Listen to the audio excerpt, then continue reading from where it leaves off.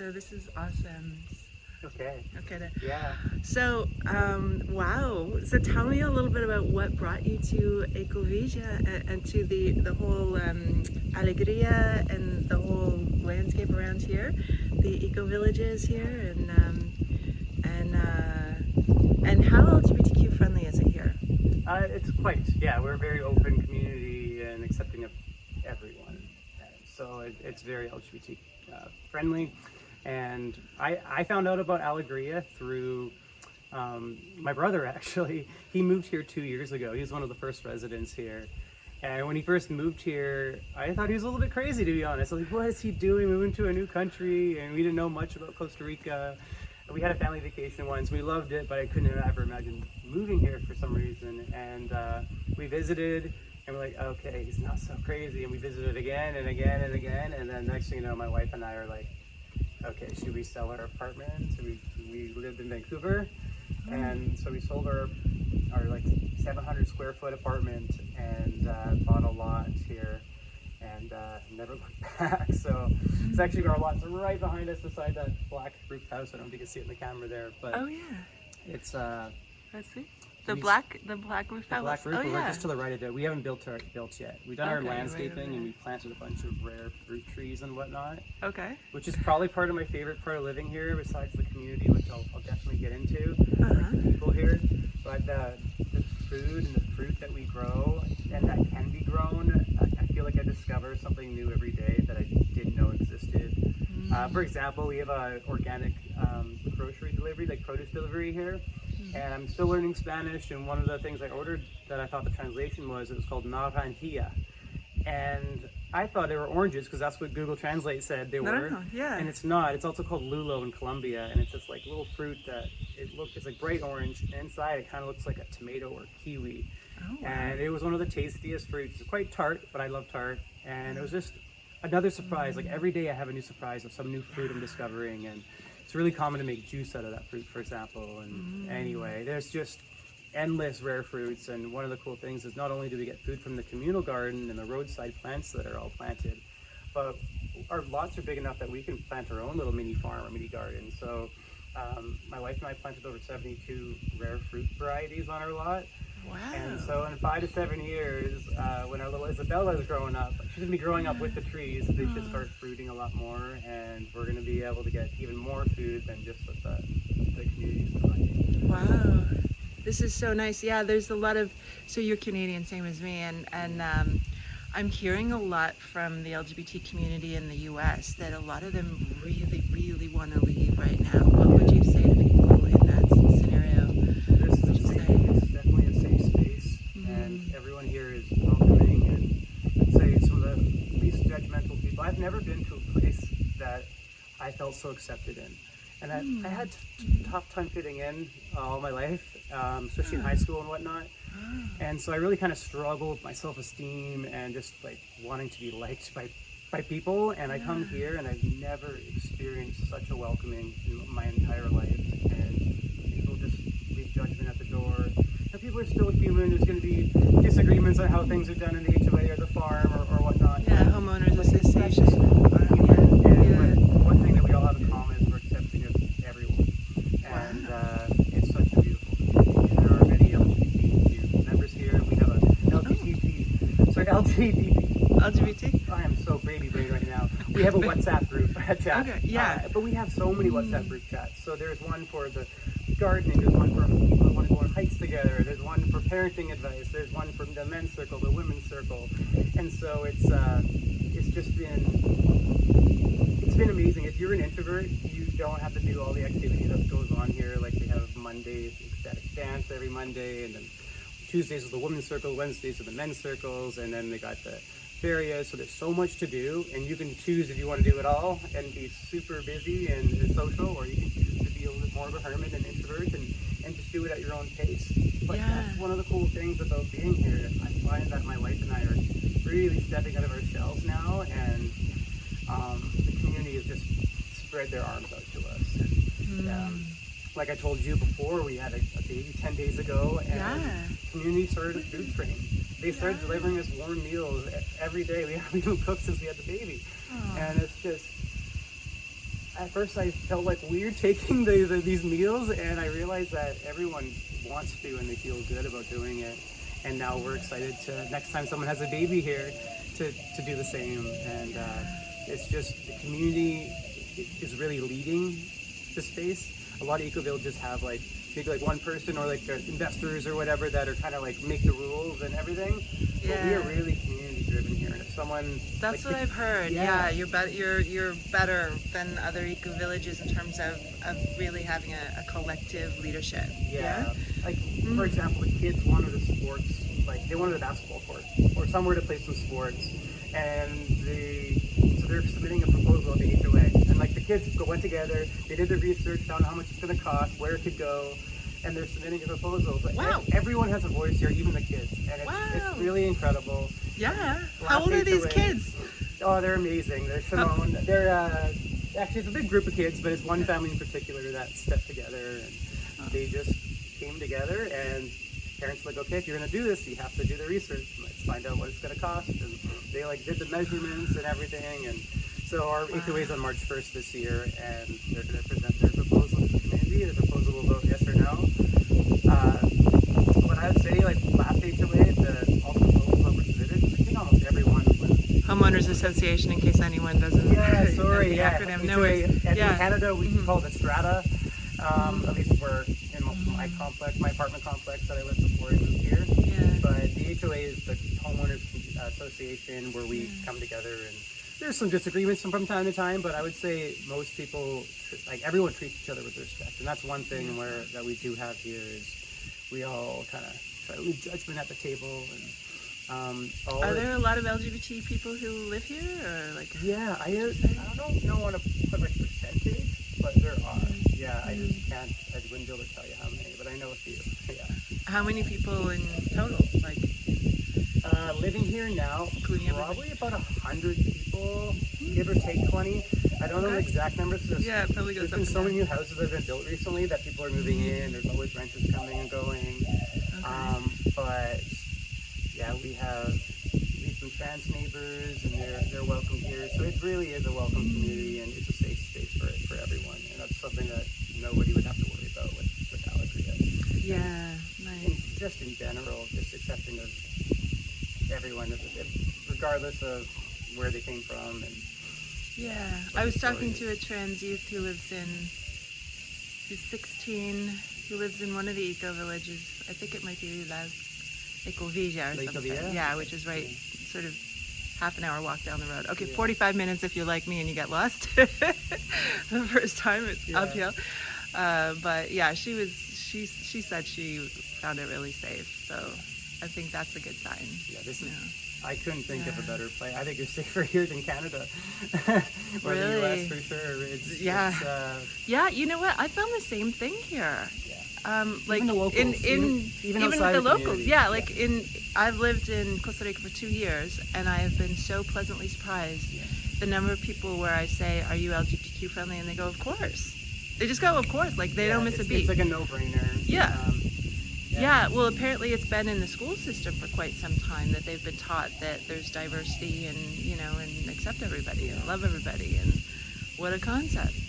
And one of the things, you worry coming here with a bit more money than the average local makes here in the gentrification, but from the locals I've spoken to, they're very friendly and welcoming, and I don't feel like they're shaming me at all. In fact, I've become friends with them, and they're helping me learn Spanish. And it's been, there's one lady named Milagro. She's an organic farmer. Milagro, it means miracles. Yeah, miracle. And she is like the definition. She's just the sweetest woman. And every time I go to the market and I buy her produce, she just gives me a big hug and kiss on the cheeks. And she knew the day I walked towards her that we had given birth, because she could just see it on my face. She's like, "Yo say."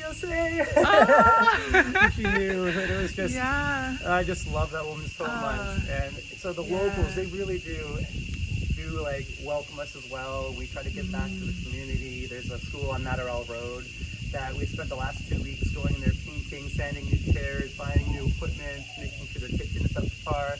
And we're improving their local school for the local kids. Nice. as well. And so not only we're doing good within our community, but we're trying to do good outside our community as well. That's awesome. Yeah, that's important. Important to say as well that this land that we're on, we didn't deforest it.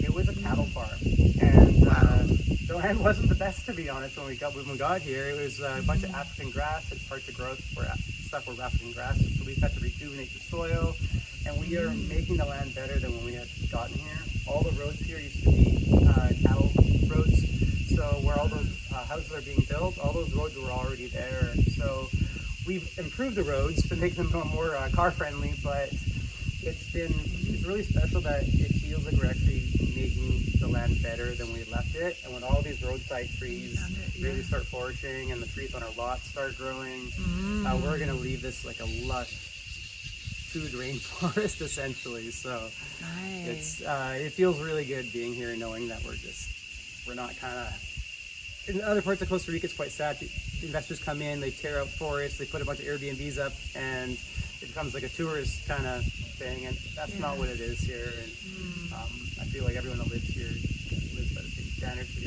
all use eco-friendly cleaning products and compost our food and create more soil for the land. It feels like Eco-Lux here is kind of what I would like. I'm talking about the outstanding kind retirement resort Eco-Lux, you know, as opposed to that Eco Village.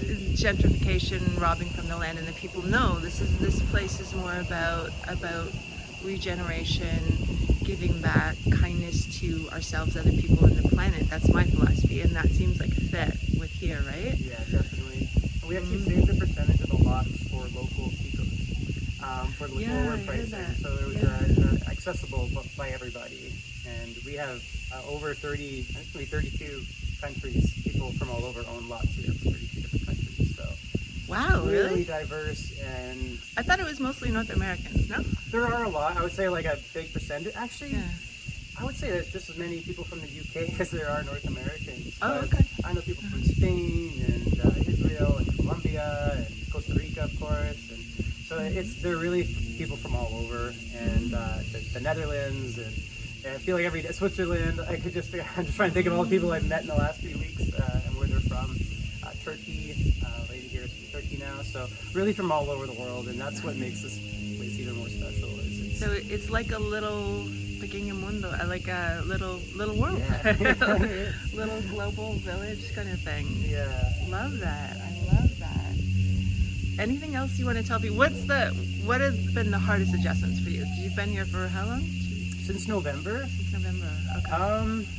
So you're still new to the country too, then? Yeah, relatively. Yeah. We were traveling here for months at a time, so I've experienced the rainy season here and dry season.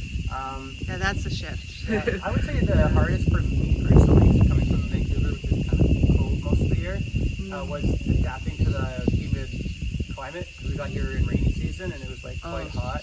And I was trying to do some gardening on our lot, and like 1 hour in, I got a pounding headache, and I feel like sick for 2 days because I got dehydrated. And so, Oh yes, you have to watch the dehydration. Oh my God, I learned that too. Yeah, so do climatize.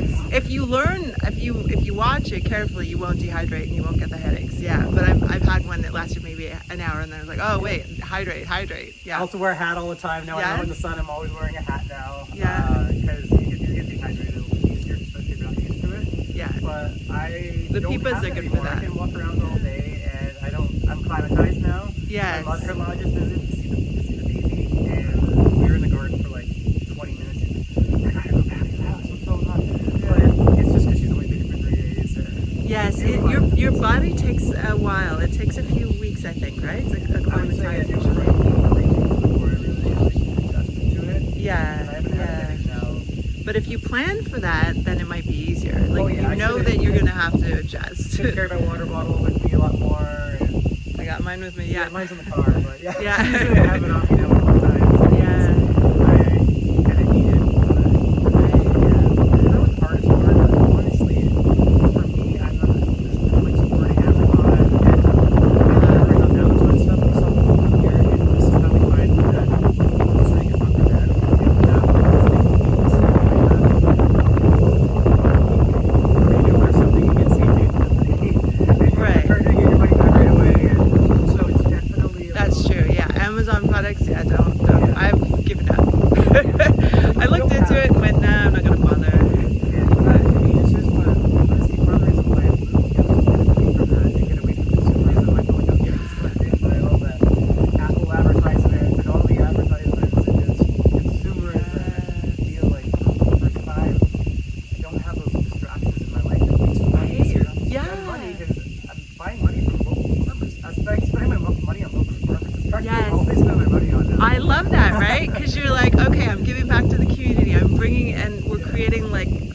trade instead and bringing, because I find the Ticos are there's something about Ticos that they know how to live. Like in North America, we know how to make money for the most part, a lot of us, but a lot of us don't know how to live. In Costa Rica, they know how to live, and I've learned so much from the Ticos and about like a philosophy of life and being present and caring for the earth and just connecting heart to heart. Like there's a real beautiful sense of that, and I think we can let go of some of the consumerism. It's an addiction that people get because they're lonely and they're disconnected and they're dopamine every time you buy something and you get it comes in the mail and it gives you a quick boost.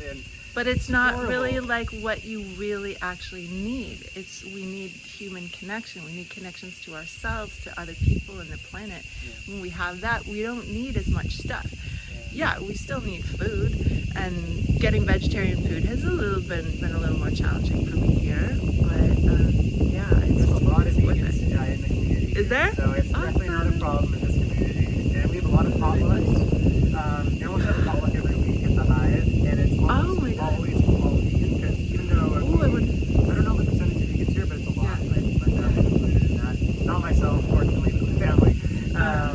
But everything's vegan usually to make sure that everyone can eat it. And there's always labels with what has nuts on it, but it's beautiful. But it's beautiful. The community, everyone brings a dish and we share, and it really is. Kate and my wife and I were little hermits in Vancouver, and we had our close friends and whatnot, but I have never been so close to people since moving here. And I'm like, maybe I'm more of a social person than I had realized. Right? Yeah, if you feel accepted and you can be yourself, then if you can be yourself and belong, then sometimes some of that shyness or that social anxiety just melts away. It does. It really. My wife experienced social anxiety as well. So did quite a bit. So I always have this fear of but I don't feel the judgment here, and I feel like I can come into a group of people and they instantly will start chatting to you, and they feel you, and it's a completely different thing. And it seems, when I watched the videos of this place and heard about it, like they feel your personality and everything, and beautiful. Yeah, very special. Hi. That's Kai, and this because he knows more about the plants here than I do, and he'll tell you there's something wrong with the plant. He's like, oh, this thing needs this mineral and whatnot. So wow, they're you're talking about a small smart. child that I think is off camera. So how old is he? He looks a bit. Kai, how old are you? 12. Yeah. He's 12. Glad, hope we didn't hear that. But I just took a glance. And he does wood burning, and will make people signs or weave hats for people. And every first Saturday of the month, we have a Feria Alegria, which is a local farmers market. Farmers come to sell their goods, but we also have some people in Alegria that make their own kombucha. Kai always makes these popsicles he sells out of his cooler backpack bag, and so usually baked goods. So it's really cool because some of the community members that want to make a bit extra money can come sell their baked goods or coffee or whatever it might be. How do people make a living for the most part, speaking of that? A lot of people are digital nomads in a way. So they have an online job and they can work remotely from their computer. I would say a really good chunk of people that live here are digital nomads, or they're retired. Kai's parents were, he was a dentist. I believe he sold his practice, but don't quote me on that. But there's a lot of people who just came here and sold their homes. And for example, our apartment in Vancouver, the cost of it is a 1-bedroom, 700 square foot apartment. The value of that apartment, we could buy our lot and build 2 homes on it for the same price as a 1-bedroom apartment. Wow. So, yeah, it is expensive in Costa Rica. Don't get me wrong. The food that's not grown here can be a little bit more than you pay in Canada, or the United States. But we're growing a lot of our own food here, and if you know what to buy, or you buy the local produce, then it's a lot more affordable. Yeah. But just to buy and build here, it's a lot more affordable. Oh, okay. Cost of living seems to be a little bit. So Canada's a little crazy right now because of all of our inflation. So it's hard to compare now. Right, I'm comparing to Canada 2 years ago when I moved to Costa Rica. I would say it's pretty close to the same now. Okay. With the exception of some things, you're getting veggie burgers that are like Beyond Meat type burgers. That kind of stuff's really expensive That's here. expensive here, yeah. But you can easily make your own. Like my sister-in-law makes the best petabaye bean burger patties. And they're so good. Yeah, Valle is a fruit? It's a palm, or it's like kind a of palm starchy. It's a fruit, Yeah, it's technically, but it's a more starchy fruit. potato almost. It does. It's like a cross between a potato and Very a savory. It's one of my Yeah. favorite things. My yummy. wife and I, the first time we tried it, were like, oh my comfort God, food. this It's is it. it's a little bit like a. It's very hard to describe. One petabaye is like Yeah. 450 calories, and they're only this big. They're very high in fat, but it's very nutrient, very healthy fats. So Oh, now I'm you can hungry. eat just a couple and it fills you up. But Yeah. the food is just what really gets me going here because Yeah. I love it. I just keep discovering new things new food that I just love. Nice. How would you say it is? Like, I've got this vision to create an outstanding, kind community, which would be like a sub-community within the larger community. Yeah. Where, I mean, it sounds like we might not even need a sub-community in a place like this. Maybe we just hang out and join all the community stuff and fit right in, Yeah. you know? And I'm thinking of inviting seniors as well who want a retirement, I'm calling it retirement eco resort maybe, or something like Yeah. that. An outstanding kind retirement eco resort that is LGBT friendly, kind to ourselves, other people on the planet, like you keep saying. And how do you think it would be for a senior to live here? Yeah, so besides very healthy for one, there's a lot of inclines here, but there's a Netflix documentary, I don't know if you thought about the Centurions, Blue Zones, where people are like past 100. Yes, One of the it's comments nearby. was, like hilly areas or like where you have to like walk a lot and move a lot. So there are a lot of hills in Alegria, we're in the mountains, but I think that's a good thing. As long as they're walking around, it's a beautiful place to grow old and stay healthy. But there are a lot of seniors that live here already, and they love it. It's all ages, a lot of young families around my age in their 30s and 40s, but there's also seniors that live here. And the crazy thing is, I'm hanging out with both, and I'm friends with both, and I don't think I'd be hanging out with seniors back in Vancouver, but it's just different here, and you do. And that's what's so beautiful about this place, is everyone has something in common in a way, because we all share somewhat the same values. Obviously some differences, there's always going to be some differences, but the overall values, and love for people, and judgment at the door, and that sort of thing. It makes you connect with everyone. Nice. How's the healthcare here? It's really good. I would say better than Canada. My wife Wow. had a skin infection not too long ago.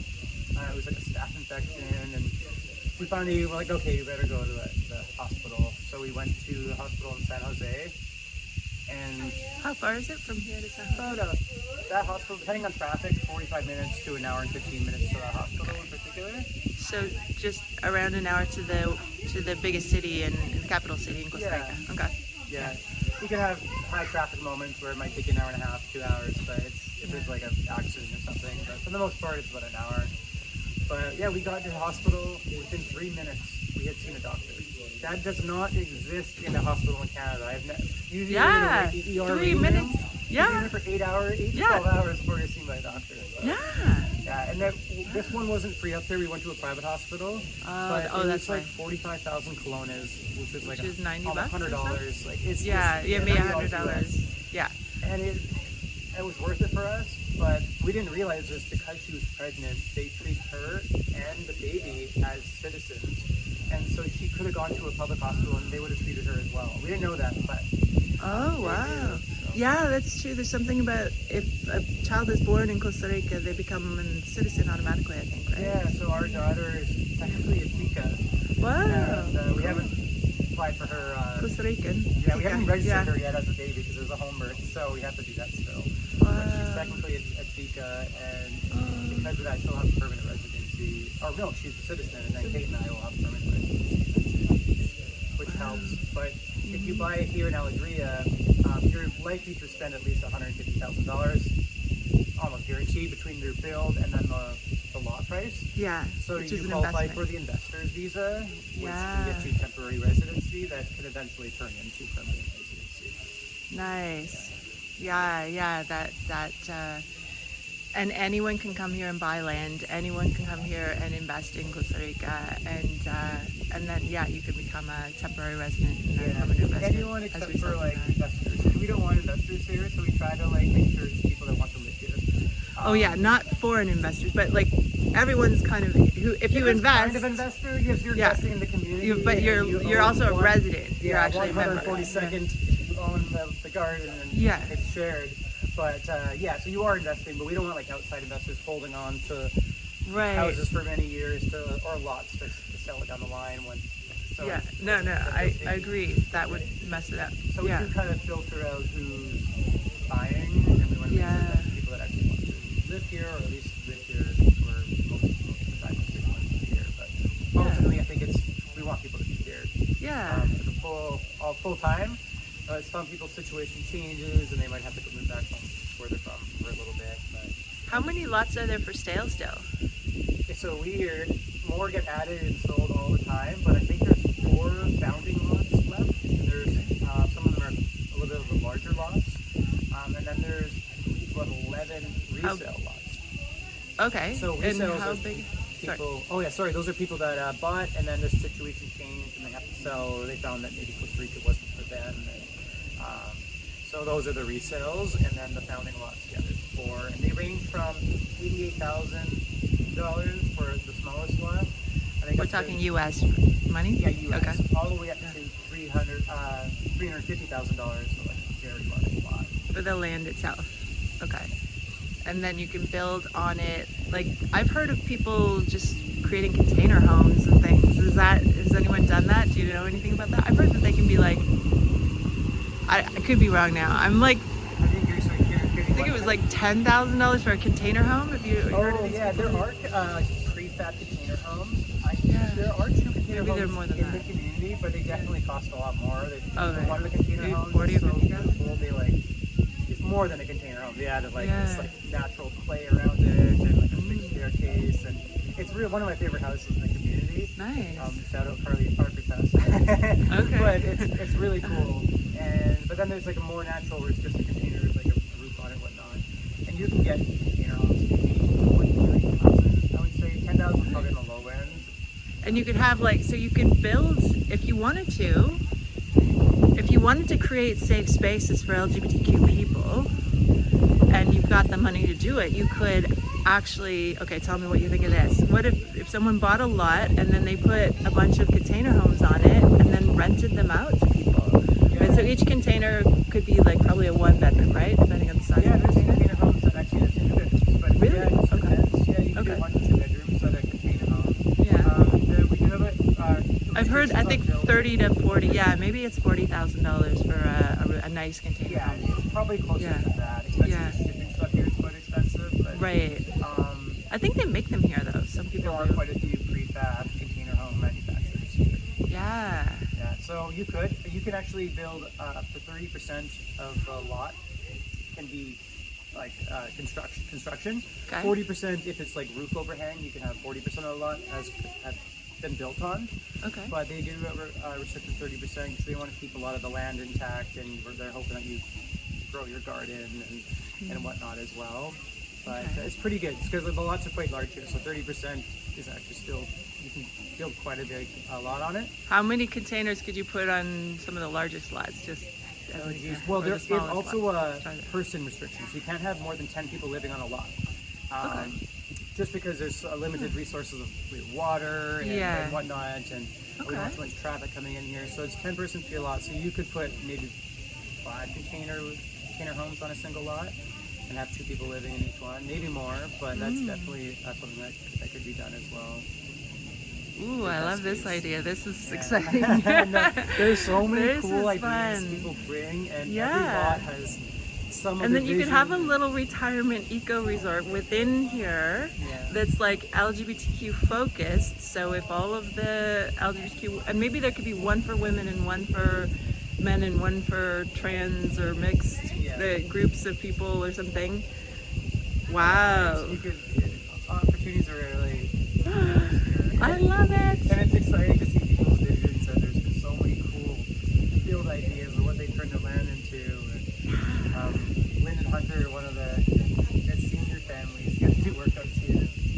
they're working out. Almost These every little day. kids are working out. Oh my god. Oh, they're doing workout Doing games workout games. where they're hopping over each other. Yeah. It's so cute. They're doing planks and then they're hopping over each other, and there's like a 5-year-old. Yeah, Catherine there, I she's would- the mom of the kids, and she's Oh, teaching yeah? us how to do elimination communication training for our Oh, daughter. I heard about where that. you're like Yeah. not using diapers, and you just Yeah, they. create routine with their like habits after you feed them. You just take her to the sink, and she does her business. And we have had like one poopy diaper in the last 3 days, so or say one poopy like reusable diaper, but it's like, Wow. pretty cool. I thought it was like gonna be very difficult, but I actually think it's easier than changing diapers all day. It's less messy, and so she did it with all her kids, and they were all diaperless. That's amazing. Yeah, like they give little signals that they need to use, they need to go, and then you just let them go. And if you pay attention to your kids, It's you'll not that actually hard see. to like Yeah. pay attention to as well. Like Isabella just kind of like starts doing some stiff movements with her body and crunching. I'm like, oh, she's gotta go, and we take her. And with here, we aren't commuting to work for 8 hours, and like we're with her all day long. So it makes it a lot easier. If someone has to go to work, I can see how doing elimination communication training would be a lot more difficult for Yeah. some parents. But we're grateful and blessed that we're actually able to do it again. Spend That's lots of time. awesome. And the people who are digital nomads, are they working for themselves or they're working for like Definitely companies? both. There's a lot of people that work for themselves. There's a lot of people that are, like, a lot of entrepreneurs here. There's a girl that lives in that house over there, and she makes the most amazing kombucha you've ever had. It's so good. Uh-huh. I'm using all of the fruits from around the area. And then she also makes skincare products, and she starts starting to sell them into the store. So she's very much an entrepreneur. There's lots of people that work in IT and their computers there. And my wife is a graphic designer, so she used to work for an agency in Vancouver, but now she started her own little boutique agency. She took on some clients, so we can really a lot of jobs are remote these days anyway. So if you're able to do it, it makes it a lot easier with the computer. Nice. I just had a question. Oh, is there anyone that you know of that has tried to run retreats or is running retreats? And would that fit with the culture here, do you think? Yeah, there is.